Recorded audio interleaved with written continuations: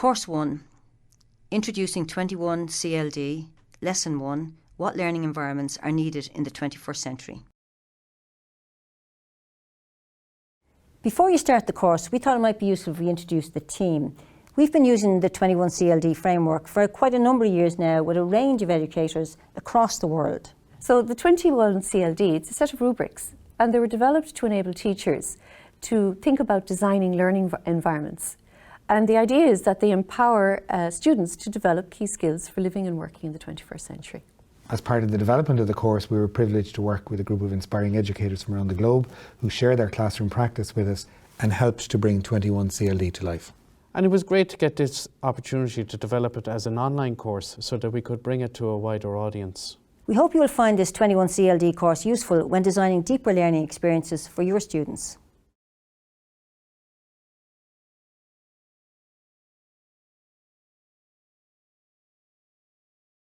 Growing up in the world of today, how do our children learn?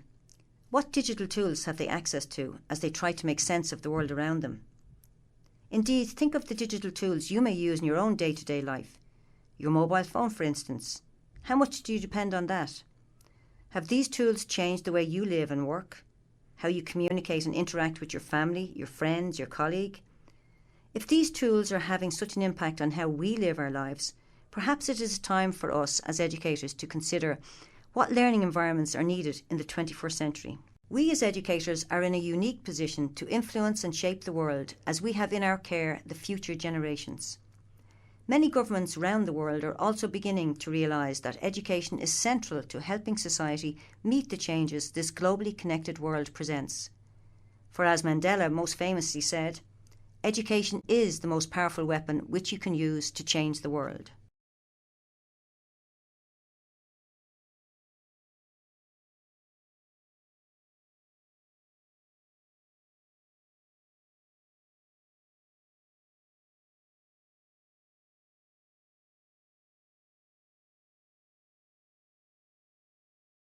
To begin to conceptualise what a learning environment suitable for the 21st century should be like, think about the skills required to live, learn and work in our society today.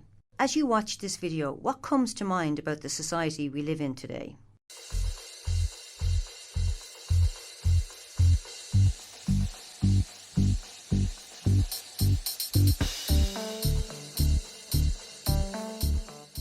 There is an onus on society to prepare our young people to live and work in today's globally connected 21st century society. The internet in particular is playing a key role in expanding the amount of new information and knowledge that's being produced on a daily basis. For example, in the time that you're watching this, over 500,000 new email messages will have been sent. Consequently, the emphasis is not on knowing information, but being able to access it, interpret it, analyse it and evaluate it. So how do we prepare young people to live in this rapidly changing world? Many countries are already aware of this challenge and are reimagining and transforming their education systems to better prepare their young people for this new reality. Besides the information explosion, our world is facing many major challenges such as climate change, potential shortages of energy, food, water, along with ethnic tensions in many parts of the world. This ever-changing world will require our children to solve these complex problems, and unfortunately they will not be able to find the answers in a textbook or from taking a standardised test.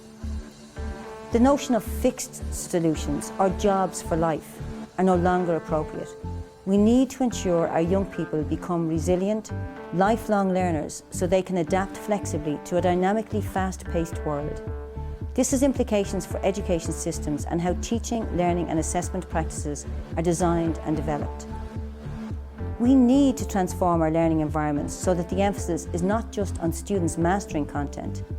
In contrast, we should be designing learning environments and learning tasks so that students can work together to solve real-world problems.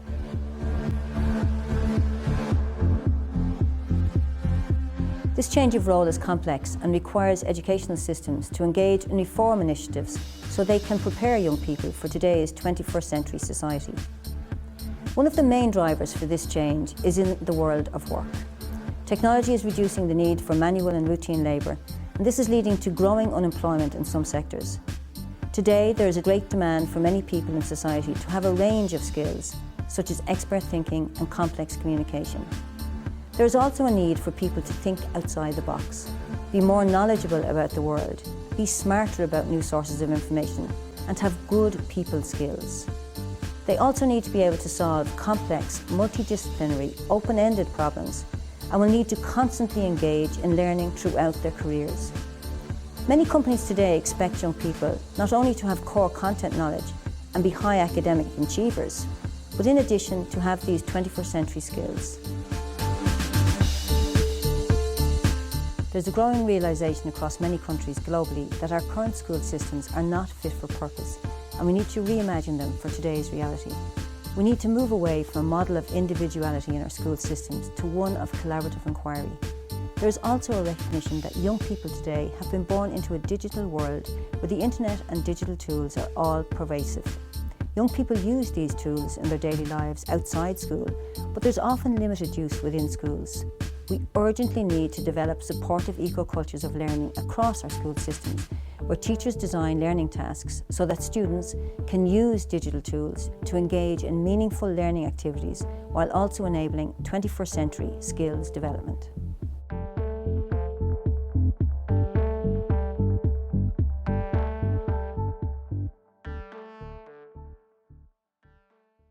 So reflecting on the video you just watched and thinking about the skills required to learn, live and work in our globally connected society, let's think about the young learners who are in our education systems. Are they being well prepared for the world they will live in as adults? Looking ahead then, we need to ask ourselves, what is the future of education? And can we answer this child when they ask the pertinent question, and how will it support my education?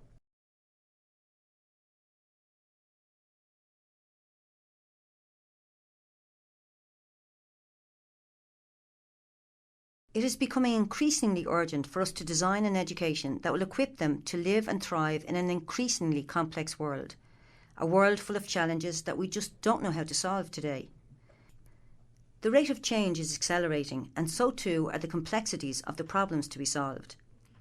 At the same time, our education systems in general are rooted in models that were successful in the past, for some students, but maybe they too are feeling the stress of the changing work and lives around them. In addition to the increasing connectedness and complexities of our day-to-day lives, there is growing evidence that the 21st century workplace is an ever-changing environment where employers expect their workers to possess a wide range of skills and competences for this global, connected and competitive environment. There have been numerous frameworks developed and much debate about the skills which many feel are required. However, the core set of expected skills include being knowledgeable about the world, thinking outside the box, and being smarter about sourcing information. In addition, having good people skills and an ability to solve problems is valuable. Finally, being able to work as part of a team and ultimately to become a lifelong learner is essential to being able to live and work in this globally connected, complex world. Nothing stands still.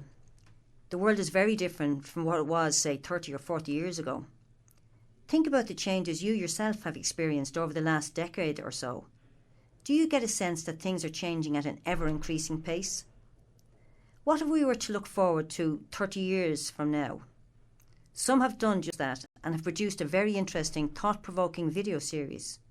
We would like you to watch one of these videos to help you to begin to think about how the world may change and what the lives of our young learners could be like in the near future.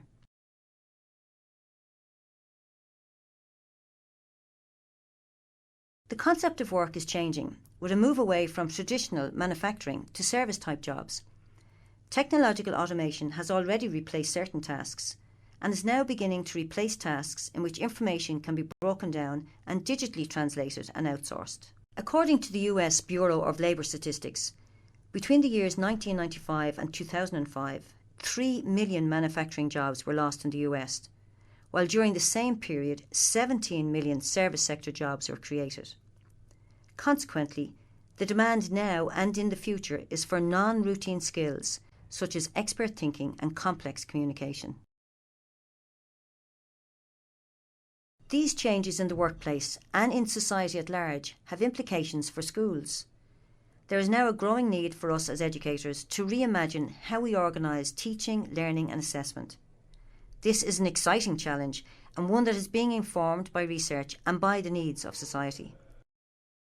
Looking back, the school system and classroom environments we have today were designed for a set purpose and a particular set of conditions that were relevant for that time.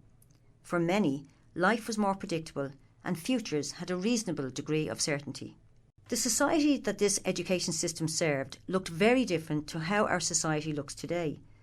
Back then, the skills our education systems were required to develop were of a particular nature. However, will these type of skills now adequately enable our students to live full and productive lives in a globally connected, complex world? Have our education systems kept pace with the type of skills our society now requires?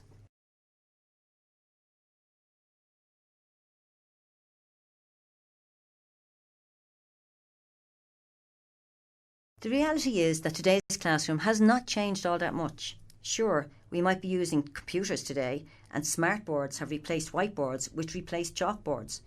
But we are still all too often very close to that delivery or conveyor belt experience, with teachers lecturing students on the front of the classroom, delivering content which may not be related to their students' current or future lives, and then testing the content that has been delivered. This may sound judgmental, and many may criticise school systems for not keeping up with the times. However, society at large is still trying to cope with a constant rate of change. It has not had time to reflect on what changes need to be made to education systems in order to ensure future generations can cope effectively with this rapid pace of change and be able to learn constantly throughout a lifetime. For never before have we had to cope with such a rapid, relentless pace of change. This chart maps significant technological changes that have occurred in human cultural evolution, along with a generational timeline of each change. A generation is around 25 to 30 years.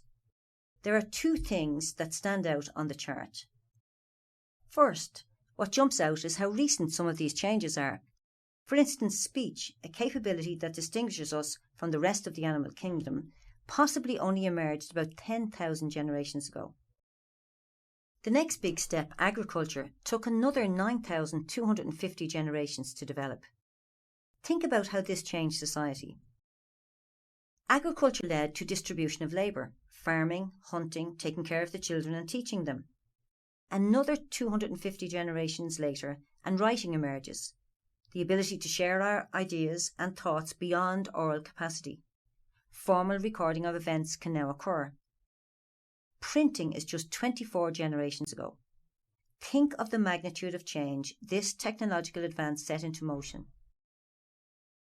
The democratization of information and knowledge that was prompted by the print revolution. The societal shifts experienced as a result of this. For example, the American and French revolutions, the Renaissance, the Reformation. Many societies took a long time to adapt to the ideas that were sparked and developed during this time. Indeed, some are still coming to terms with a core tenet, which is that all citizens are created equal and how society should be structured to reflect this truth. Computers emerged just 2 generations ago, and we now live in a world of GPS, YouTube, Facebook, etc.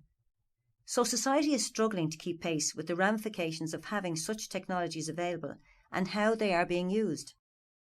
The second key idea revealed by this chart is that the pace of change is increasing. Newer technologies come along at a faster rate. So society has less time to absorb and understand the impact or implications that using these technologies can have on the structure and fabric of society and how it is organised, and in this case, how education systems can or should be organised as a result. Many would agree that the industrial model of education, which dominated most of the 20th century, is not appropriate for the 21st century. This model of education focused on preparing citizens to work in factories and other establishments that required repetitive work-related tasks. We live in a global technological world, and there is a need to think about how we can change our education systems to better meet the challenging needs of living and working in a 21st century global society. In their white paper, Dancing with Robots, Human Skills for Computerized Work, Frank Levy and Richard Murnane detail the ways in which technology is transforming labour markets and outlines the skills young people will need to survive in the 21st century. You will find this paper on the 21CLD Course OneNote. Take some time to consider the implications of what this paper outlines. How is the workplace changing in the 21st century? What are the key capabilities employers look for in today's workforce?